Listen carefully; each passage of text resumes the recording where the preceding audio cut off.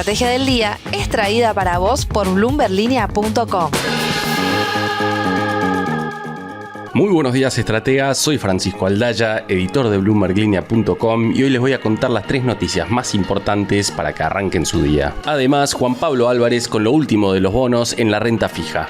Como siempre, no te olvides de darle clic al botón para seguir a este podcast, de compartir este capítulo y de activar las notificaciones. 1.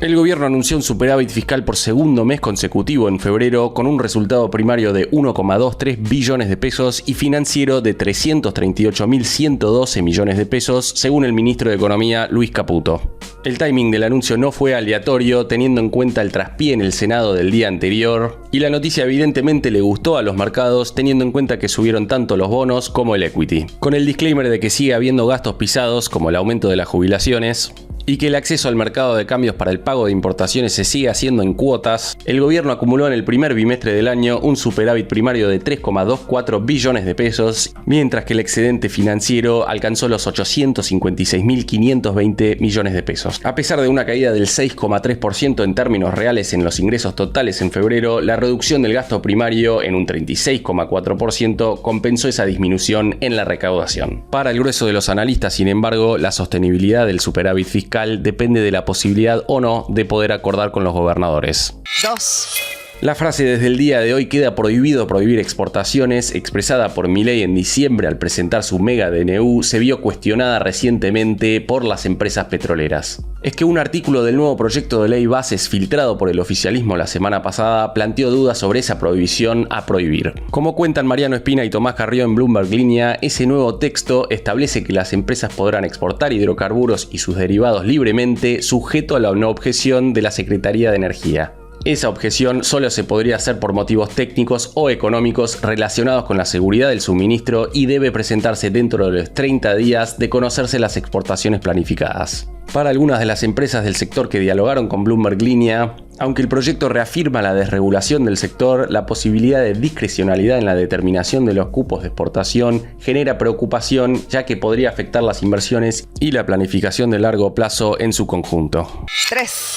Y hablando de variables que afectan la planificación de largo plazo, este año tenemos que estar atentos, como venimos diciendo en este podcast, a las decisiones de la Fed. Y en ese sentido, economistas encuestados por Bloomberg News la semana pasada indicaron que el reciente repunte de la inflación en Estados Unidos no debería haber alterado las expectativas de la Fed, que estaría contemplando 3 recortes de tasas en 2024 y 4 en 2025. La semana pasada, el Comité Federal de Mercado Abierto, la Fed, mantuvo las tasas estables en 5,25 y 5,5% por quinta vez consecutiva. Según los economistas consultados por Bloomberg, la Fed reduciría por primera vez las tasas en junio, mientras que no descartaron que el Banco Central baje las tasas hasta 4 veces este mismo año. Atentos entonces a mediados de año para ver si empieza a fluir un poquito más el capital hacia mercados emergentes. Antes de pasar a la fija, veamos rápidamente cómo van a abrir hoy los mercados. El S&P Merval subió 2,6% el viernes. Fue una jornada verde para las acciones argentinas en Wall Street, con subas de hasta 14% para Despegar y solo 3 caídas de hasta 4% para Mercado Libre. El dólar blue cerró en 1.025 pesos, el MEP en 1.031 y el contado con liqui cerca de los 1.060 pesos. Y ahora, Juan Pablo Álvarez, contanos por favor qué está pasando en el mundo de los bonos. Buenos días y buena semana de inversores, vamos a hablar de bonos. La semana pasada los bonos soberanos en dólares subieron en promedio un 3% y el riesgo país cerró el viernes en 1.603 unidades tras haber arrancado el lunes en 1.690. Por lo que podríamos decir que el rechazo al DNU en el Senado no rompió nada y que de hecho ya estaba descontado en los precios. En lo que refiere a los bonos en pesos, los CER estuvieron muy firmes y entre lunes y viernes subieron 4% en el tramo corto de la curva y 14% promedio en el tramo medio largo. Repasando los sucesos de la semana pasada, nos encontramos con una licitación floja de los Bopreal en la que el Banco Central pudo adjudicar solo 100 millones de dólares. De esta forma, la serie 3 de Bopreal lleva colocados 892 millones de dólares, pero bueno, todavía quedan por delante 2 semanas para cerrar marzo. En lo que refiere a la deuda en pesos del Tesoro, el martes la Secretaría de Finanzas logró canjear un 77% de los títulos que vencían en 2024, aunque que los privados solo aportaron un 17,5% de sus tenencias. Respecto de esto último, el viernes 15 hubo un anuncio llamativo por parte de la Secretaría de Finanzas que informó que hubo un incumplimiento en la liquidación de bonos por parte de alguno de los participantes privados y que por ende se debitó a las entidades financieras por tales incumplimientos la suma de 61.634 millones de pesos. Quien nos explica mejor lo sucedido es Juan Manuel Trufa de la consultora Outlier. La Secretaría de Finanzas, cuando la Tesorería hace una operación de canje, siempre deja hay un mecanismo que lo que permite es ajustar las diferencias si vos le errás en la cantidad de bonos que tenés que entregar. Porque como tenés que comparar dos relaciones de valor de dos bonos, por ahí le errás, entonces la Secretaría dice, para evitar un ida y vuelta de bonos y qué sé yo, te debito los pesos y otra cosa. Lo que pasó acá es que la diferencia que había, o mejor dicho, tenían los bonos, algunos bonos elegibles, un valor técnico muy alto, algunos se equivocaron, entre comillas, y entregaron menos bonos que los que tenían que entregar. Cuando la Secretaría de Finanzas agarra y dice, muchacho, usted me debía tantos bonos, me tenía que entregar tantos bonos y me entregó menos bonos que los que dijo que me iba a entregar, yo le voy a debitar los pesos. Pero los pesos te los toman a valor técnico, entonces vos entregás 100 pesos y por ahí te los toman a 120 si el valor técnico es 120, y esa diferencia te la terminás ganando. Si vos tuvieses que haber tenido que ir al mercado a comprar ese bono, tenías que poner, te pongo un ejemplo, 125 mangos, pero vos pusiste 100, porque como te toman esos pesos a valor técnico del bono, te los están tomando mucho más caro de lo que valen y te ganaste la diferencia. Bueno, la diferencia fue de 61.634 millones. Ese fue lo que erró, digamos, los que fueron al canje, lo cual es mucho. O sea, entonces ellos fueron y agarraron 61.634 pesos que le debitaron a todos los que entraron al canje. Es un montón de plata. Y de ahí fue el ruido que se armó el otro día. ¿Por qué? Porque los que vieron eso dijeron, che, acá hay que entregar un bono que tiene un valor técnico alto. Si entregas los pesos, te ganas esa diferencia.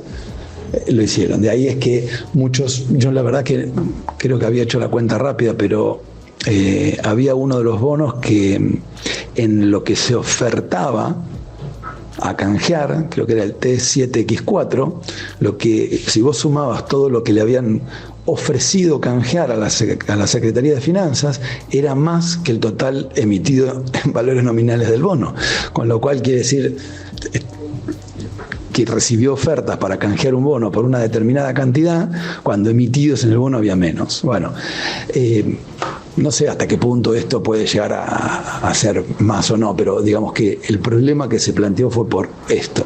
Y no fue un mecanismo que lo hicieron diferente en este canje. Fue un mecanismo que siempre existió, pero que esta vez en ese mecanismo de ajuste hubo mucho contenido. Muchísimas gracias, Juan Manuel, por tu explicación. Y ahora vamos a hablar con otro experto de mercado. En esta oportunidad estamos en comunicación con Tobías Pescovich, economista de Facimex Valores, a quien le preguntamos cómo está viendo la curva de deuda en pesos y qué oportunidades se encuentra allí. Venimos de una semana en la que tuvimos un mega canje que despejó totalmente el perfil de vencimiento de este año. Se vieron fuertes subas en la curva SER, algo que era esperable tras la baja de tasas, a pesar de que la inflación de febrero sorprendió a la baja. En este marco, para inversores que puedan tolerar algo más de duration, prefiero los bonds SER que tienen bid del Banco Central para limitar una eventual pérdida de capital, sobre todo en un contexto en el que el mercado está descontando una normalización de las tasas reales en los próximos meses. Habrá que estar atentos a si el Banco Central fija su bid en los bonds SER 0 cupón emitidos en el megacanje, los cuales tuvieron un gran debut el viernes, y en caso de que sea así, veo valor en el nuevo bond SER 0 cupón de diciembre de 2025 y diciembre de 2026. Después, pasando a aquellos inversores que buscan posicionarse en instrumentos SER cortos, nosotros definimos el posicionamiento en instrumentos soberanos en base a los break-evens de inflación con respecto a la tasa de política monetaria. Es decir, calculamos la inflación que te deja indiferente entre estar posicionado en un activo SER o a tasa fija. Desde esta óptica, veo valor en el bond SER de julio T2X4, ya que la inflación break-even es inferior al 8% mensual para mayo, cifra que está por debajo de nuestro escenario base, y en cambio los instrumentos de mayo como el bond SER T6X4 y el ALESER están alineados con nuestro escenario base, ya que tienen una inflación break-even de entre 15,5 y 16,2% para marzo. Tobías, ¿y cómo es tu estrategia para la renta fija en dólares? Para una cartera genérica de renta fija en dólares, desde Facimex estamos recomendando mantener la exposición en un 70% en bonos soberanos, un 20% en bonos corporativos y un 10% en bonos provinciales. Creo que los bonos soberanos en dólares lucen atractivos por una cuestión de evaluación relativa, especialmente en un contexto de fuerte acumulación de reservas y de superávit fiscal como el que estamos viendo actualmente. Dentro de este asset class, creo que el AL30 y el GD29 son los bonos más atractivos a la espera de que se profundice la compresión de tasas en el tramo corto de la curva. También luce atractivo complementar el tramo corto con el GD35, que es el instrumento mejor posicionado para capturar una compresión en el tramo largo. Después, entre los corporativos, priorizamos YPF Luz 2026 y Telecom 2025, y en menor medida TGS 2025. Son créditos con buenos rendimientos de empresas con bajo apalancamiento neto y altos niveles de cobertura. Y por último, entre los provinciales estamos ante un escenario muy desafiante por los recortes en las transferencias del gobierno nacional. Por este motivo, seleccionamos créditos de provincias con buena posición fiscal, sólidas posiciones de liquidez, alta cobertura de vencimientos y valuaciones atractivas. Sobre esta base, vemos atractivo en el tramo medio largo de la curva de Córdoba, como Córdoba 2029 y Córdoba 2027, y en menor medida en Mendoza 2029.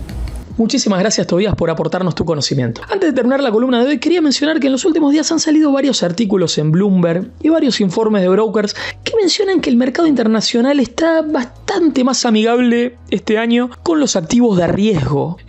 Particularmente destacan un mayor apetito por bonos de grado especulativo. En ese sentido, quiero mencionar un informe del broker argentino Balance Capital que menciona que, aunque la suba reciente en las tasas de larga duración puede afectar en el margen los buenos retornos de los activos más riesgosos, lo cierto, señala Balance, es que 2024 parece perfilarse como un año de resiliencia económica que favorecería la toma de riesgo. En esa línea, señala Balance, vemos atractivo en la renta fija de emergentes, especialmente en el segmento de alto rendimiento. También en los bonos soberanos de Latinoamérica, que podrían ser una buena alternativa para inversores que busquen asegurar tasas de corto plazo. Bueno, estimados oyentes, veremos cómo sigue esta película y a ustedes les dejo un saludo y nos reencontraremos la semana que viene en esta columna que dimos en llamar La Fija.